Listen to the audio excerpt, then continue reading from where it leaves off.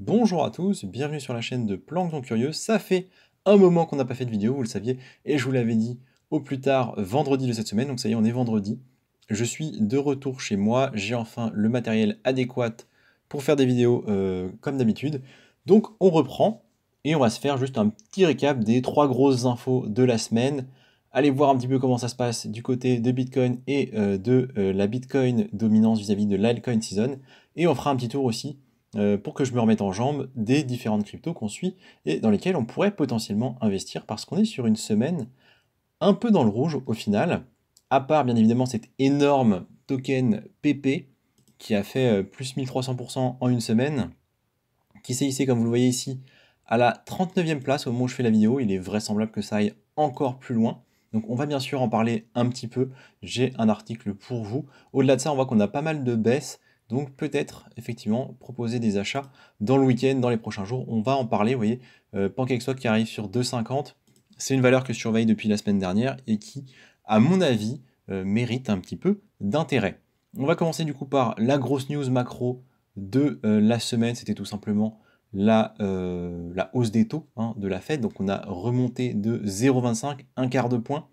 On nous dit ici que globalement, ils vont faire un peu attention dans les prochaines semaines, les prochains mois, voire même en fait sur le reste de l'année, et qu'ils vont ajuster leur comportement, ils vont comprendre le reste de la hausse des taux en fonction de globalement du comportement économique. Donc il se trouve en ce moment entre 5 et 5,25 en termes de taux directeur. Donc c'est le plus haut depuis 2006, ça commence à faire vraiment longtemps, et on sent des faiblesses, hein. La crise bancaire en Amérique, c'est quand même une petite réalité. On a effectivement des signes d'essoufflement économique, avec, on le voit ici par exemple, la croissance qui est quand même plus basse que précédemment, avec des tendances qui sont plus fragiles que ce qui était prévu. Il parle d'une peur au niveau de Wall Street. Ça, il faudra peut-être plus d'informations pour s'en assurer, mais effectivement, ça peut se comprendre. Donc, ce qu'on comprend, c'est que là, la Fed va peut-être remonter encore une fois les taux et se calmer, ou alors attendre un peu pour voir un peu plus loin comment ça va se passer. Donc, potentiellement, de ce côté-là, on va se calmer, ce qui va être théoriquement bon pour le marché crypto. On garde quand même en tête que les récessions ont en général lieu après les hausses de taux, donc soit sur des fins de plateau, donc quand les taux vont rester par exemple à 5,5 pendant une longue période, ou quand on va commencer à les rebaisser. Donc potentiellement on pourrait aller plus bas sur la plupart des valeurs risquées et aussi des cryptos, mais on parle peut-être d'un scénario qui va se dérouler que d'ici 5-6 mois, voire plus loin, donc pour le moment on attend. Évidemment la BCE qui a suivi, qui elle aussi relève ses taux de 25 points de base. Donc là, on est directement concerné en tant que résident européen. Le problème ici, pour nous, c'est que ça va continuer parce qu'on est qu'à 3 ou 3,5 en termes de hausse des taux, c'est ça, entre 3 et 3,25. Du coup, il va falloir aller plus loin parce qu'on est tout simplement en retard par rapport à ce qui se passe en Amérique. C'est quelque chose d'assez classique, ça se passe toujours comme ça. On va moins vite dans la hausse et on va aussi moins vite dans la baisse. Donc quand on verra les US baisser leur taux, peut-être que ce sera d'ici 6 mois, peut-être que ce sera d'ici un an ou plus, eh bien nous, on sera probablement encore plus long qu'eux. Donc on a le temps de voir venir. Et c'était, à mon avis, les deux grosses infos macro. Pas plus à dire là-dessus. En tout cas, on a une grosse news crypto qui vaut le coup aussi d'être mentionnée. C'est du coup ce nouveau token dont on a parlé, qui a fait plus 1350% du coup, au moment où je fais la vidéo en une semaine. Et c'est le PP. Donc le PP, c'est un meme coin. Je vous propose cet article du journal du coin qui nous rappelle quand même de façon assez simple et aussi raisonnable qu'il faut faire attention avec ce genre de projet. Donc il y a certaines personnes qui sont devenues millionnaires avec ce projet-là. Il nous en cite quelques-uns un peu plus bas. On va aller voir ça ensemble. Il nous parle de trois personnes. Un premier qui a acheté pour 1 ETH de PP du jeton. Donc on n'a pas le cours, mais on sait que ça lui a permis d'acheter 5 milliards et demi de tokens. Et il en a revendu un peu plus de la moitié. Il s'est fait 929 ETH, donc un ETH qui vaut à peu près 2000 dollars. Vous voyez, vous rajoutez 3 zéros et vous faites x2. Donc effectivement, le monsieur est millionnaire. Et tant mieux pour lui. Donc ils sont plusieurs à avoir fait ça.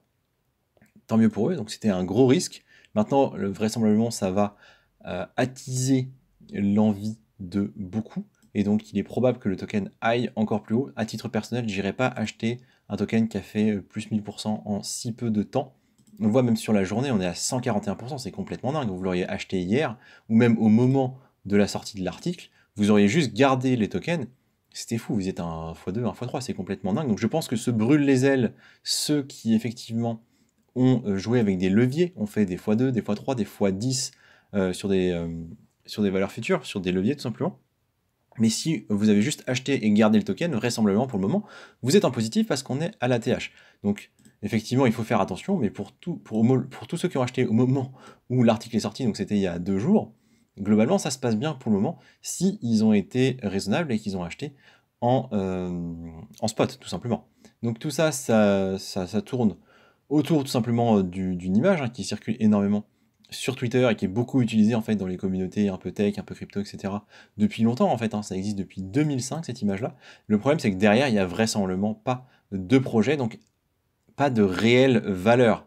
Ça va être peut-être quelque chose qui se construira dans le temps, ou peut-être pas, c'est peut-être juste pour de la hype, mais c'est surtout pour ça qu'en fait il est dangereux d'investir dessus, c'est parce qu'en fait le token ne sert strictement à rien à part spéculer. Donc l'idée c'est que vous en achetez et vous espérez que de par la hype, il y a d'autres gens qui vont en avoir besoin pour espérer eux-mêmes le revendre plus cher. Donc on fait que de la spéculation. Je pense que de ce point de vue-là, c'est dangereux. Mais s'il y a une tendance qui se dessine de ce côté-là, et on voit qu'ici Floki a suivi aussi dans la journée, il y a peut-être quelque chose à jouer. Et à titre personnel, il n'est pas exclu que dans le cadre du portefeuille, avec les profits que j'ai fait, pour rappel, j'ai fait 200 € de profit, je réinvestisse dans certains meme coins, même si je ne crois pas spécialement dans ces projets-là, parce qu'ils n'apportent pas de réelle valeur pour l'écosystème, ils n'ont pas l'air d'être spécialement utiles, mais ils sont présents et les gens sont prêts à leur donner de la valeur, et donc on peut essayer de jouer avec ça en sachant que c'est extrêmement risqué, qu'à tout moment ça peut se viander royalement, et il y aura des corrections sur PP, hein, aucun doute là-dessus. Un projet qui fait plus 1000% en une semaine va corriger, c'est pas du tout exclu qu'ils prennent 50% dans les dents d'ici quelques jours, c'est tout à fait possible. Il peut aussi faire encore x2, ça je ne sais pas. Certains théorisent sur le fait que la capitalisation étant à 1 milliard, 1,5 milliard au moment où je fais la vidéo, ça grandit vraiment très très vite. Il va peut-être rattraper des Shiba ou des Dogecoin qui ont eux aussi des capitalisations qui sont très très importantes. On peut regarder ici par exemple, Dogecoin c'est 11 milliards, donc potentiellement c'est encore ici un x7. Moi à titre personnel, j'irai pas jouer là-dessus. Mais j'ai vu par exemple une vidéo de CPT qui parlait du coup du PP et qui nous montrait en fait 2-3 meme coins qui l'intéressaient. Il a mentionné le Wojak et j'ai envie de dire pourquoi pas. Ça peut peut-être se tenter. Alors c'est un autre meme coin exactement dans la même idée que PP. On ira faire une vidéo spécifique dessus à un moment ou un autre dans les prochains jours, une fois que j'aurai creusé un peu le sujet.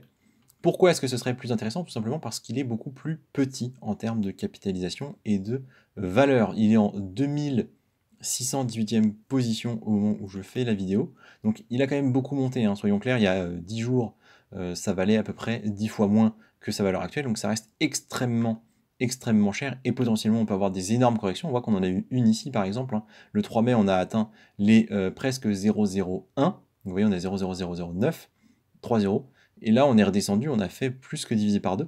Donc sur une grosse correction comme ça, potentiellement dans les prochains jours, ou pas, hein, mais potentiellement sur une correction, ça peut s'acheter sur un pari. Mais il faut vraiment être prêt à perdre tout son argent à ce moment-là, parce que là, on est vraiment sur des trucs qui sont extrêmement casse-gueule et dangereux, donc potentiellement de la perte directe. Et je vous déconseille très très fortement de jouer avec des leviers sur ce genre de projet. C'est vraiment très très dangereux. On voit la volatilité est très très forte, les variations de prix sont énormes, donc à tout moment vous vous faites liquider et ce serait franchement dommage. Mais du coup potentiellement je vais creuser le projet et si je considère qu'il est intéressant, au moins pour s'amuser un petit peu, je veux dire si je considère qu'il y a un potentiel derrière, eh bien je vous ferai une vidéo vous signifiant que potentiellement j'en achèterai. Donc ça c'est pour plus tard. En attendant on va parler un peu Bitcoin.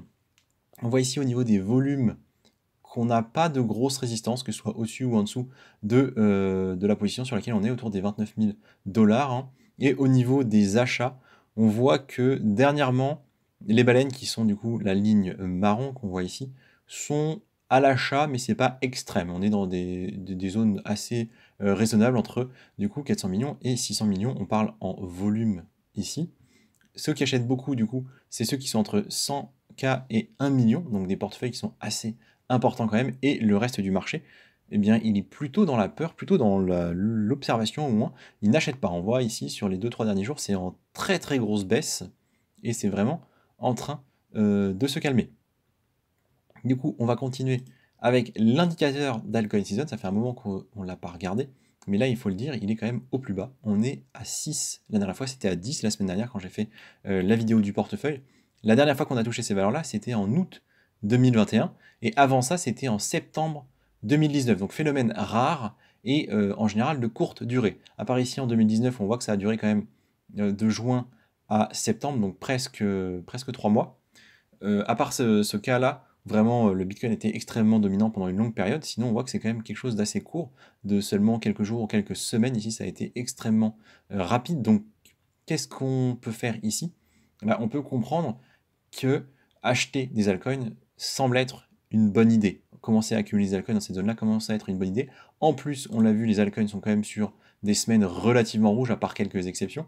Donc, on va commencer à vraiment s'y intéresser. Donc, je rappelle ici, le Path to Altcoin Season qu'on avait vu il y a plusieurs semaines.